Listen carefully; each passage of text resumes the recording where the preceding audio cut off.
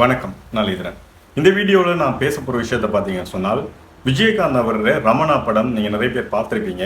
இதில் இறந்து போன ஒருத்தருக்கு காசை கொடுத்தா அந்த ஹாஸ்பிட்டலில் ட்ரீட்மெண்ட்டே பண்ணி அவர் உயிர்ப்பிக்கிறதுக்காக மருந்துகள் எல்லாமே வாங்கணும், சர்ஜரி எல்லாம் பண்ணுறதுக்கு மருந்து வாங்குறதுக்கு தேவையான பணத்தெல்லாம் கட்டுங்கன்னு சொல்லி இப்படி ஒரு விஷயத்தை காட்டியிருப்பாங்க. நம்ம எல்லாரும் பார்க்கும்போது இதெல்லாம் மூவியில் நடக்குது அப்படின்னு நம்ம நினைக்கிறோம். இதையும் தாண்டி இப்படியான ஒரு சம்பவம் அதுவும் நம்முடைய இலங்கையில நடந்திருக்குது. ஒரு டாக்டரால இந்த ஒரு விஷயம் நடத்தப்பட்டிருக்குது. இது சம்பந்தப்பட்ட டீட்டெயில தான் இந்த வீடியோவில் நம்ம பார்க்க போறோம். ஸ்ரீ ஜெயவர்தனபுர ஹாஸ்பிட்டலுடைய ஸ்பெஷல் நரம்பியல் மருத்துவர், சத்திர சிகிச்சை மருத்துவர் என்று சொல்லலாம். இவர் தான் ஸ்பெஷலிஸ்ட். மகேஷி சூரசிங்க விஜயரத்ன என்று சொல்லப்படுகின்ற இந்த பெண் வைத்திய நிபுணர் பார்த்தீங்கன்னு சொன்னால், இங்க இறந்து போன நபர்களுக்கு சத்திர சிகிச்சை பண்ணிக்காவ, நரம்பியல் சத்திர சிகிச்சை. அது மட்டும் இல்லாம உண்மையிலே இந்த சத்திர சிகிச்சை தேவையான நபர்களை தாண்டி சாதாரணமான சின்ன சின்ன பிரச்சனையோட ஹாஸ்பிட்டல்ல அட்மிட் ஆகிற அவங்களுக்கு இந்த நரம்பியல் அறுவை சிகிச்சை செய்யணும்னு சொல்லப்பட்டு, இந்த நரம்பியல் சிகிச்சை பண்றதுக்கு 2 உபகரணங்கள் தேவைப்படுது. இந்த 2 உபகரணங்களும் வெளியில இருந்து கொள்வனவு பண்ணப்பட்டு இந்த இதுக்கான காசு அந்த நோயாளர்கள்ட்ட வாங்கப்பட்டு இப்படியான ஒரு பிசினஸ் பண்ணப்பட்டிருக்குது. ஸோ மருத்துவத்தில் இந்த விஷயம்லாம் நடக்குதுன்னு கேட்டீங்கன்னா, அப்படியான ஒரு விஷயம் இலங்கையில நடத்தப்பட்டிருக்குது. இந்த நரம்பியல் சத்திர சிகிச்சைக்கு பார்த்தீங்கன்னு சொன்னால் இபிடி பிபி சென்டர்னு சொல்லப்படுகின்ற இந்த 2 மருத்துவ உபகரணங்கள் கட்டாயமாக தேவைப்படுது. ஸோ இது அந்த ஹாஸ்பிட்டல்ல ஜெயவர்தனபுர ஹாஸ்பிட்டல்லையே வாங்க முடியும். ஆனாலும் இந்த உபகரணங்கள் 2ம் வெளியில வேறொரு, அதாவது எமா பார்மசி என்று சொல்லப்படுகின்ற ஒரு பார்மசியிலிருந்து 55,000 ரூபாய்க்கு கொள்வனவு செய்யப்பட்டு இது அந்த நோயாளர்களுக்கு எப்படி கொடுக்கப்படுதுன்னு பார்த்தீங்கன்னா, MNN மெடிக்கல் என்று சொல்லப்படுகின்ற ஒரு பார்மசி மூலமாக இவங்களுக்கு கொடுக்கப்படுது. இது 1,70,000 ரூபாய்க்கு இப்படியான ஒரு பிசினஸ் நடக்குது. இதுல இன்னும் ஒரு விஷயம் நீங்க கேட்கலாம். அதாவது இந்த ஹாஸ்பிட்டல்ல எத்தனை நோயாளர்களுக்கு என்னென்ன மெடிசின் தேவைப்படுது என்ற இந்த விஷயத்தை கொண்டுதான் அடுத்த வருஷம் அந்த ஹாஸ்பிட்டல்ல இந்தந்த மருந்துகள், இந்தந்த உபகரணங்கள் போன வருஷம் யூஸ் பண்ணிக்கிறாங்க. ஸோ இந்த வருஷம் இதெல்லாம் அட் பண்ணப்பட்டு அடிஷன்லாம் வாங்கப்படும். ஸோ சாதாரணமான எக்ஸாம்பிள் சொல்றேன்.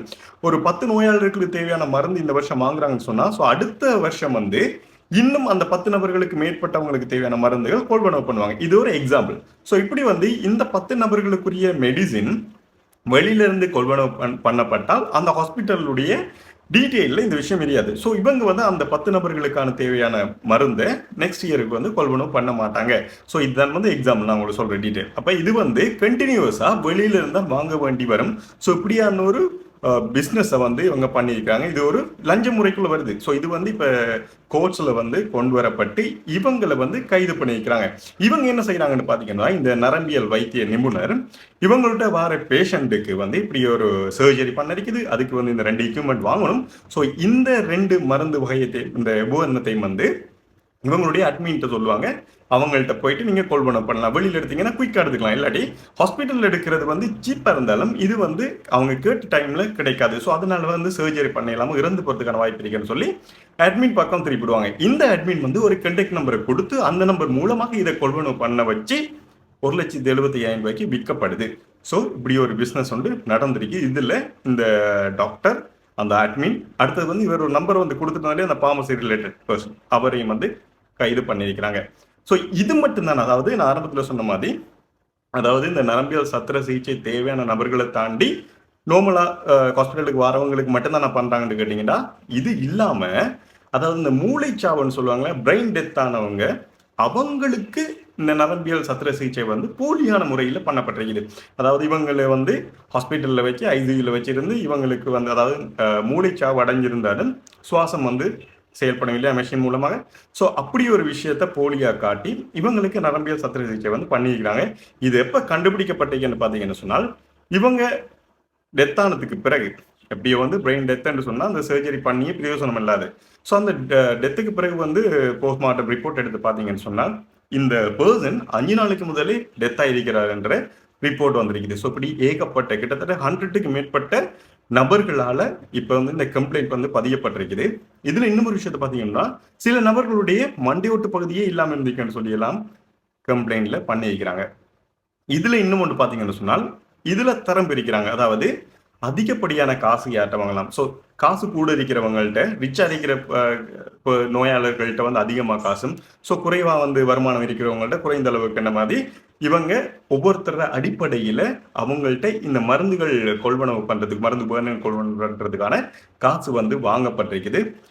நான் ஆரம்பத்துல சொன்ன மாதிரி, இதுல இந்த சர்ஜரி பண்ணிய நிறைய பேர் இறந்து போன சந்தர்ப்பம், சக்சஸ் இல்லாம நிறைய பேர் இறந்து போன சந்தர்ப்பங்களும் நடந்திருக்குது. ஸோ இது ஒட்டுமொத்தமா எல்லாத்தையுமே ஹைலைட் பண்ணி தான் இவங்களை இப்போ வந்து கைது பண்ணியிருக்கிறாங்க.